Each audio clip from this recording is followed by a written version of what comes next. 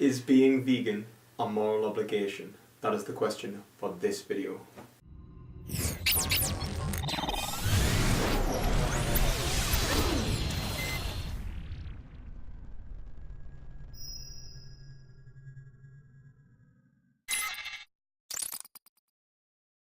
Hello everyone, and welcome to another episode of Perspective Philosophy, where we try to better our perceptions of the world through philosophical discussion. Today we are going to be discussing whether being vegan is a moral obligation. So first off, I'd like to stress that we are assuming morals exist in this video. I'm happy to make another video explaining why morals exist and why nihilism is wrong, well, moral nihilism is wrong. However, from this video we are taking it from the standpoint that morals do indeed exist, that there are universal right and wrongs, and that, if you go into the street and you stab someone, you're actually doing the wrong thing. Also, I think it is important to start as well with the definition of veganism, because not everyone has been acquainted with veganism, and so I think it's important to really get everyone to know the subject matter at hand. So, the Vegan Society define veganism as a philosophy and a way of living which seeks to exclude, as far as is possible and practicable, all forms of exploitation of and cruelty to animals for food, clothing, or any other purpose, and by extension promotes the development and use of animal-free alternatives for the benefit of humans, animals, and the environment. In dietary terms, it denotes the practice of dispensing with all products derived wholly or partly from animals.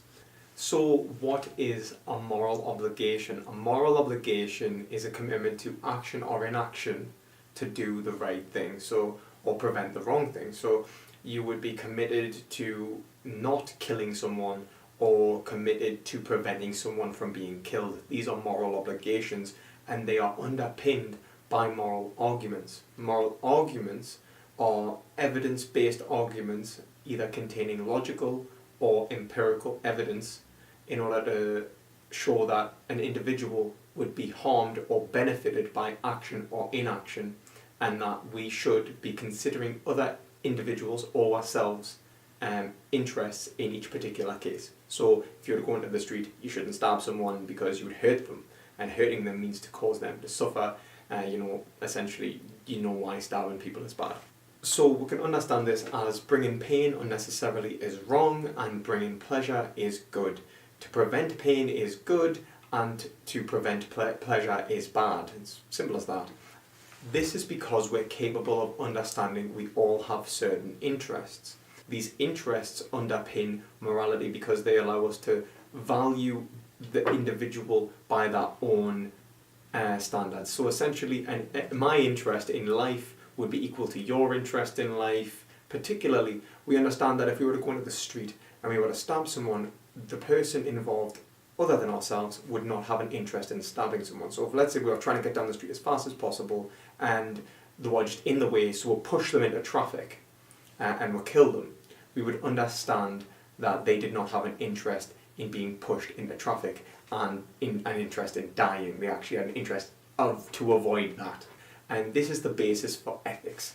Levinas sums this up really well when he says, "The resistance of the other does not do violence to me, does not act negatively, it has a positive structure, ethical."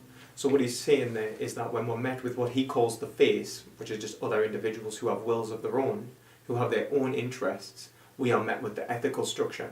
Because once we're aware that there is an interest equal to us, that has its own free will, its own free will, then we have to take that into consideration when we act. So if I act and it causes you suffering, I'm unable to change that by modifying your will. I can't change that. You're not an inanimate object. You are a being in your own right, with your own interests. You are conscious. In other words, you are sentient. So this leads us on to whether interests can be compared, and how do we compare them.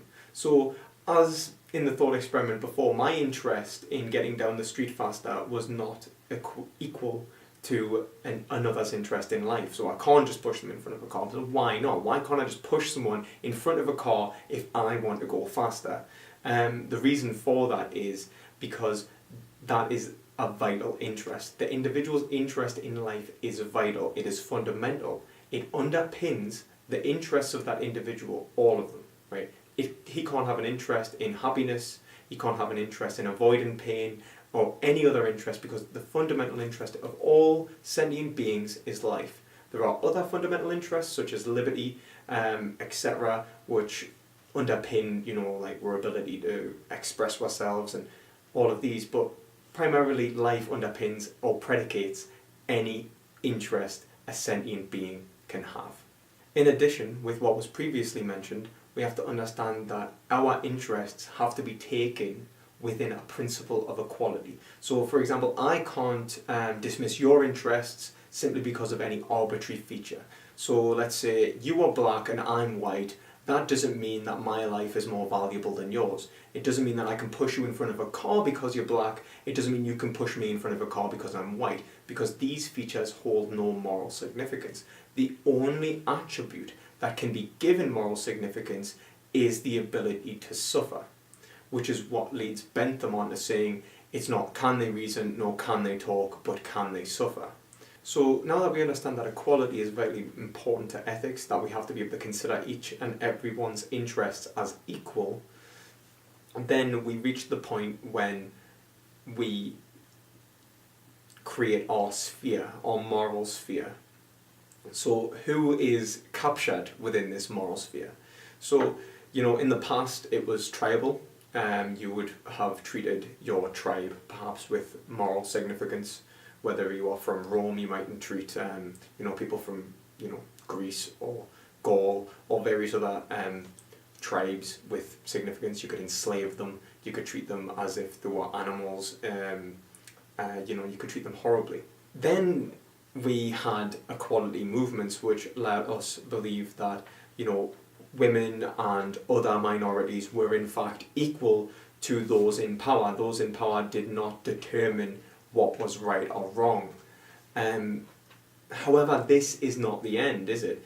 Because animals have the same interests as humans. We are all animals in the sense that we are all capable of feeling pain or suffering, which is vitally important, because if any other attribute is irrelevant in a moral discussion, then the only attribute that we need to consider is suffering, and if animals suffer, then we need to consider that.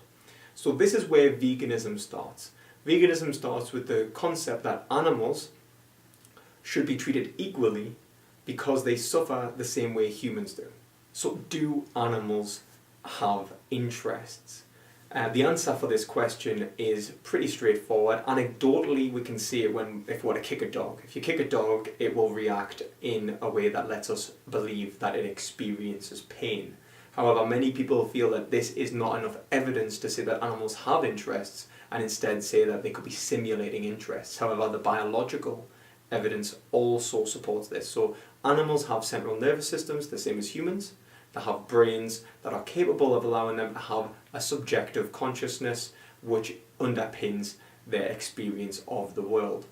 An animal reacts to pain, but it also, if you were to do a neurological scan of an animal, you'll see that its pain receptors also react. So on a materialistic sense, yes, animals have interests the same as humans. There are some people who try to say that animals do not have a subjective consciousness. They don't have an identity, they don't have an I, but this would be a psychological difference and not something that would be physical or in any way affect their ability to have moral significance. Peter Singer summarizes this point really well when he says, "The capacity for suffering or enjoyment is a prerequisite for having interests at all, a condition that must be satisfied before we can speak of interest in a meaningful way. A mouse, for example, does have an interest in not being kicked along the road because it will suffer if it is."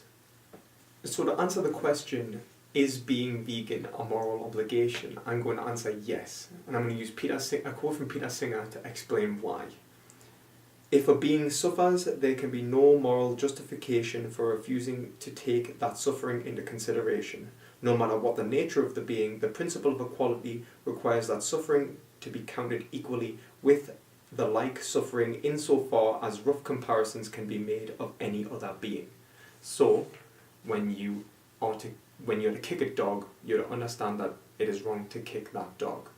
And you understand that because we're able to see the animal suffer. And that does not mean that we should give, when we talk about animal rights, that we're wanting to give dogs the right to vote. I don't think giving them the right to vote would be justified, because they're not cognitive or cognitively capable, they're not intelligent creatures, and they shouldn't be, they're not able to communicate with others. It would be ridiculous, it would be nonsense to give a dog the right to vote. What we're talking about is a right to life and equal consideration of interests. So these are fundamental interests that we should take into account whenever we can. There are occasions when you cannot be vegan. By that we mean that you can't eat plant-based. So for example, if you're stuck on a desert island and it was you or the pig, this is given to vegans all the time, yes, you would still actually be vegan if you were on that desert island and you ate the pig, and that reason is because even in the definition of veganism, it says whenever practicable. So if you are going to starve, yeah, you can eat the pig. Just as you can eat people if you're going to starve, because that is how moral structure breaks down. So, however, we all know that veganism is not the most popular movement, neither is it the most well understood movement, because most people think that animals do not feel pain for some reason, even though most of us are very aware that they do. We would not harm animals when given the opportunity, and when we see people harm animals, we think it is wrong. Hence we'll have animal rights laws to protect domesticated household animals, but not those that are in captivity and are being used and massively slaughtered. The reason for this is willful ignorance or cognitive dissonance. So willful ignorance is to willfully ignore your perceptions when you know it's not in your interest to take notice of them. So let's say you might have an interest in eating meat, and to give attention to your perceptions would reveal that eating meat was indeed wrong. So you don't want to take the time to give the attention to your perceptions, to look into factory farming and farming as a whole and the animal agricultural industry, to know that these animals are indeed suffering and that your actions are causing it, and that is willful ignorance, because you are putting your interests before another's and you're avoiding reality. The other conclusion can only be cognitive dissonance, where people hold the concept that to harm animals is wrong, yet do not perceive their actions as doing so. This is partly because when we are presented animals, we are presented them in a way that divorces us from the consequences of our actions. So when we buy meat, it is packaged in cellophane and looks just like what we would understand meat to be. We don't see a cow, we don't see a chicken, we don't see a pig, we don't see them be murdered in the name of this product. Just as we like to use language games in order to divorce ourselves from it. So we like to call it meat rather than, let's say, cow. So we'll call it beef rather than cow, or we'll call it pork rather than pig. There's very few occasions when we'll actually really identify the animal with the name given to it, because it allows us to divorce ourselves from it. This allows us to have cognitive dissonance, where we're able to divorce ourselves from the consequences of our actions. So many people argue, well, it's there, it's dead, it's in the shop, I might as well just eat it. But what you're not taking into consideration is your monetary vote. When you buy these products, you affect supply and demand. Each animal that is killed because someone is ready to consume it. And when you buy a product, you are one of the consumers. So if you were to stop consuming it, these products may be made the first time, however they will bring back production, they will cut production in order to save money. Because if they can't sell the products, then it's not profitable, and then there's no business around it. So this is what veganism is about. It's about preventing animal suffering. We mightn't be able to save the animals that have already been born, but we can prevent animals being born to die painfully and tortured until their death in the name of a fundamentally unequal interest, human pleasure. We cannot consider that as equal to the interests of those animals that are being tortured and killed in the name of pleasure. And not pleasure you can't get elsewhere either. You can eat various other foods, you can wear other clothes, and there's very little you will actually miss out on, if there is anything you will.